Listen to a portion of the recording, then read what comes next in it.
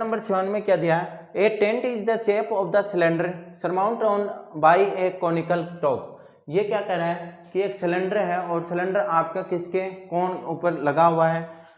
Conical bye a conical top, यानी एक tent है, इज द शेप किसकी है, उसकी सिलेंडर की है, surmounted bye a conical top, मतलब आपके पास कोई सिलेंडर है, ये सिलेंडर बना दिया मैंने, ठीक है, ये हो गया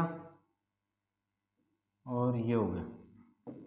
ठीक। सिलेंडर के ऊपर क्या रखा है, कॉनिकल टॉप है,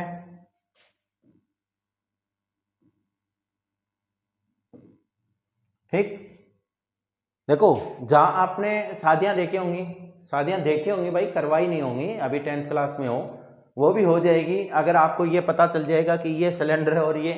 कौन है। अगर इस चीज का आपको पता चल गया तो आपको मतलब ये समझ लो कि आपको क्या है, शादी होने की चांस चालू हो जाते हैं, ठीक है। क्योंकि अगर ये पता चल गया तो आपको क्या हुआ, आपने पढ़ाई की तो अच्छी परसेंटेज आएगी, अच्छी परसेंटेज आएगी तो अच्छी जॉब मिलेगी, आगे पढ़ाई करोगे तो, और तो जॉब है तो खौफ तो है ही है। तो देखो आपके पास क्या है, उसने क्या कहा है कि and diameter of the cylinder part 2.1 and 4 centimetre, क्या कहा है, diameter of the height of cylinder की देख लो कितनी दी है उसने, हाइट ऑफ सिलेंडर दिया उसने 2.1 मीटर, ठीक है। और डायमीटर ऑफ सिलेंडर कितना दिया,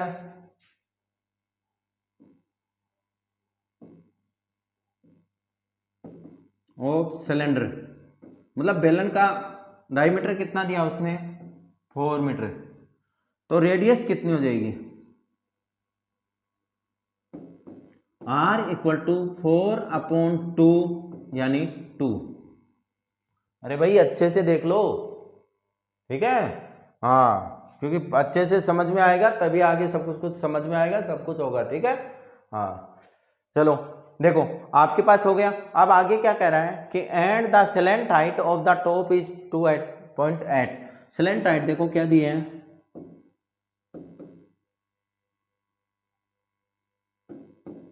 L equal to slant height उसने दी है 2.8 मीटर, नंबर नहीं है भाई अगर पढ़ाई नहीं की तो। Find the area of the converse, देखो अब आपके पास क्या है, जो रेडियस है, अब कोण की रेडियस, सर कोण की रेडियस कहाँ है, कोण देखो जो आपने जो कोण रखा है, जो आपने शंकु रखा है वो इसके एग्जैक्ट एकदम ऊपर रखा हुआ है, यानी जो सिलेंडर की रेडियस है वही किसकी रेडियस है, कोण की रेडियस है। तो आपके पास क्या हो जाएगा, आर आपके पास यहाँ पे, मैं अगर यहाँ पे कहूँ तो यहाँ पे लिख देता हूँ सिलेंडर एंड कोण रेडियस, सिलेंडर एंड कोण रेडियस कितने आ गए, 4/2 2 मीटर। अब मेरे को क्या निकालना है, सबसे पहले find the cost of the canvas, canvas की आपको निकालनी है, तो टोटल एरिया तो निकालूं,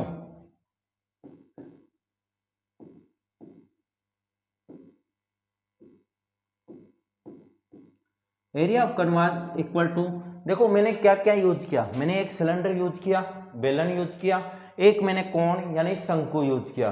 तो दोनों का अगर मैं फॉर्मूला लिखूं तो 2πRh प्लस πRL, क्या आ जाएगा, πRL, सारी वैल्यू है मेरे पास। देखो कॉमन क्या आ रहा है, πR कॉमन आ रहा है, तो मैं πR क्या ले लूंगा, कॉमन ले लूंगा, πR कॉमन आने के बाद क्या बच गया, 2H प्लस L, ठीक है, 2πRH और प्लस πRL, यानी R दोनों में क्या थी, सेम थी, तो आपके पास कॉमन आ गई, वैल्यू रख देते हैं 22/7 इंटू R की वैल्यू कितनी है, 2 है, तो 2 हो गई। आपके पास क्या बना यहाँ पे 2H, 2 इंटू H कितना है बेटा, हाइट ऑफ द सिलेंडर 2.1 यानी 2.1 प्लस L कितना दिया आपको 2.8, क्या दिया है 2.8। अब देखो आपके पास क्या है कि H की वैल्यू कितनी थी 2.1 थी, अगर 2.1 थी तो आपके पास क्या हो गया 2.8, इसमें क्या कर देंगे प्लस कर देंगे, तो आपके पास क्या आएगा देखो 22/7 इंटू 2, ये देखो कितना हो गया 4.2 प्लस 2.8 कितना हो गया 4.2, तो यानी 4 2 6 6 और 1 7, तो आपके पास कितना हो गया 22/7 इंटू 2 इंटू 7, 7 से 7 क्या हो गया, कैंसिल हो गया, तो आपके पास आ गया 44 मीटर स्क्वायर। कितना आ गया, 44 मीटर स्क्वायर। अब देखो इसने क्या दिया कि find the cost of the पर सेंटीमीटर, 1 सेंटीमीटर का कन्वास रेट कितनी है, 500 रुपीज। चलो यहीं पे कर देता हूँ, छोटा सा ही है तो 1 मीटर स्क्वायर कन्वास रेट कितनी है बेटा, 500 रुपीज। ठीक है, तो देखो 44 मीटर स्क्वायर की कितनी हो जाएगी, 44 metre square canvas rate equal to 500 into 44। देखो 544 का अगर करोगे तो 220 यानी RS कितने रुपए हो जाएंगे,